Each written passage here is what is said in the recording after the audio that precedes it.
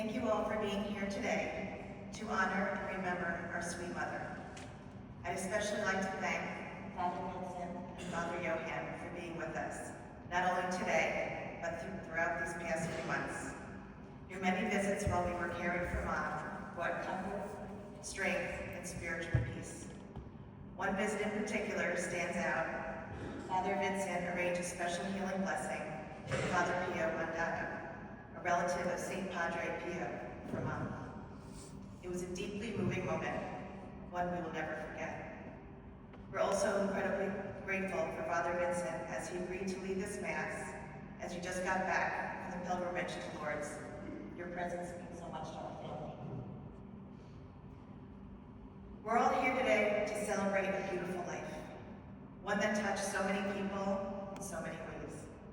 My sweet mother, known to all of us by different names: Dar, Dot, Dottie, Dorothy, Mom, Grandma, Nana, daughter, sister, Aunt Dorothy, Mrs. Gallagher, Nurse Nellie, and as my dad so affectionately called her, my little girl.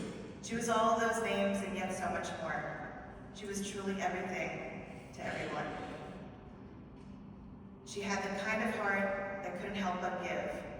Her time, her love, her support, her laughter, her advice, her Nana buffets, and yes, even her opinion, especially what's requested from mail-in surveys from one of her many charities she supported, also known as her daily paperwork.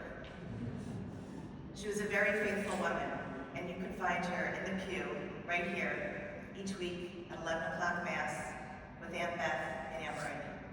You know, the Golden Girls, as Father Johan liked to call them, or the Three Musketeers, as Father Vincent liked to call them. From the moment you met her, you felt welcome.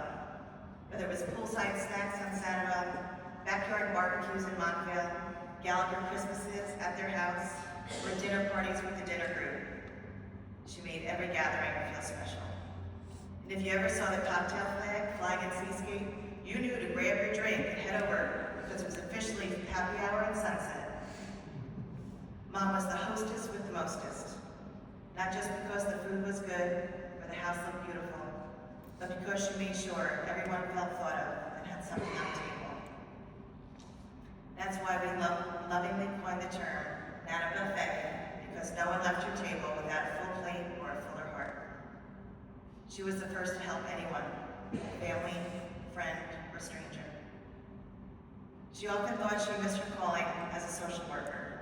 She volunteered endlessly for all kinds of organizations, including Birthright, Meals on Wheels, different hospitals, and so many more. She sat on social committees, started book clubs, and even after I left grammar school, she still stayed active at OLM because, in her words, those were like my babies. And when it came to actual babies, she never missed a birth. Each grandchild's arrival lovingly honored with a charm added to her special necklace, which she wore so close to her heart. In her casket, if you look closely, you may have seen it, a tribute to every life she helped bring into the world. She loved her grandchildren so very much. Marty, Ryan, Casey, Taylor, Brendan, Vaughn, Jace, and Owen. You brought so much joy and love into her life every single day. They were Grandma's angels while also being Grandpa's grandkids. She was there for everyone. I'm sure she was there for you at some point, which is why you're here today. She gave up her heart so freely, and we were all lucky enough to be on the receiving end of that love. We always joked that I had her on such a high pedestal, and one time she said to me, "You've got me up so high, if I ever fell off, I'd break my neck."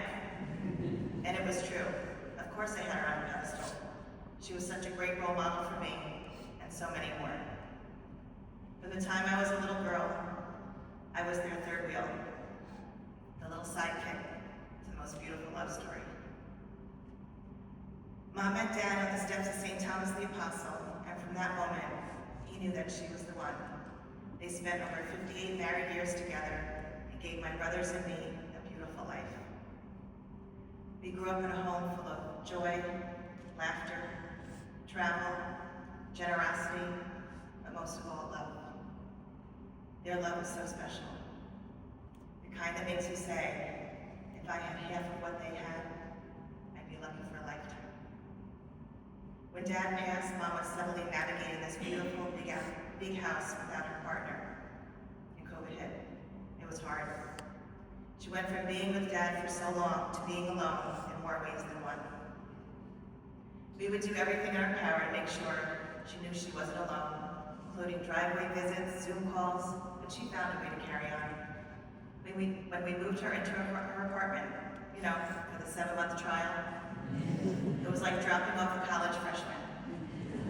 We were encouraging her to meet new people, try new things, join a club or two, and of course she did.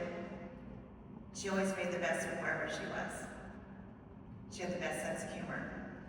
The two of them would crack each other up, always laughing and always enjoying each other and life. She cracked us up and herself. Her one-liners would stop you in your tracks and have you doubled over with laughter.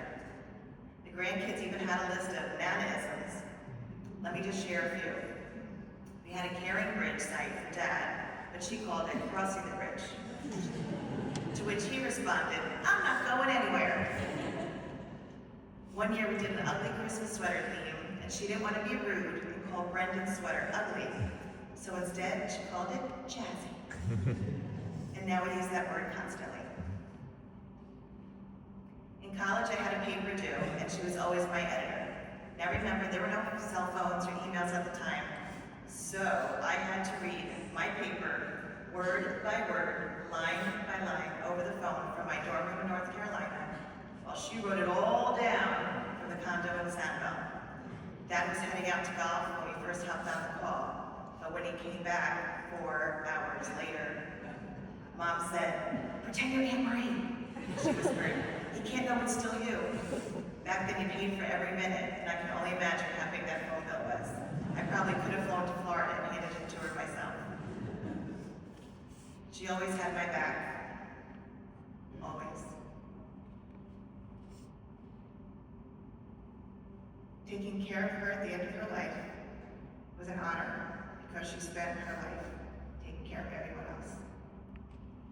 She was a woman who knew what she liked, Chicos and Talbots, dancing in the kitchen, her favorite pretzels from Davies, her go-to order, a kid's burger, no cheese, lettuce and tomato, applesauce, but Thousand Island on the side, because Tommy Davies said it was okay. She had 4 main food groups: chicken, crumb cake, red wine, and Prosecco. For dessert, anything chocolate. Mom had so many circles of friends: the girls from high school, dinner group, the Seascape crew, friends from the yacht club, and many more. She formed lifelong connections and held on to them dearly. On Christmas, I gave her a nice pair of leather gloves with a note that said, I wanted to keep her hands safe and warm.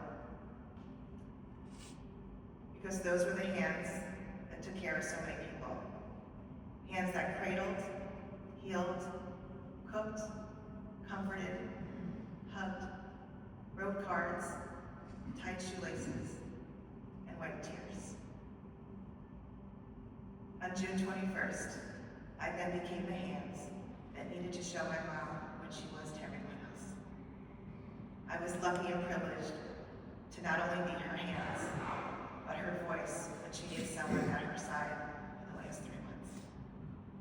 But I couldn't have done it by myself, though. Martin, Brian, Caroline, Aunt Marie, Kevin. We were such a team, and the village she needed to surround her. In the 3 months she was sick, she bounced between 5 different care centers and made sure to meet new friends every place she went. Mom was so motivated and determined to get strong in order to start immunotherapy because her goal was always to get back home. Mom and I were even diagnosed on the same day. Life has a funny way of keeping us connected. even in the hardest of times. And as hard as it is to let her go, I know, without a doubt, she had a fast pass to heaven, first class, express lane. And I am certain that my father was waiting there with open arms to dance with his little girl again. As our family always says, F-A-M-I-L-Y, Father and Mother, I love you. We'll be here looking for signs while you enjoy heaven's most beautiful sunsets together. I love you and miss you.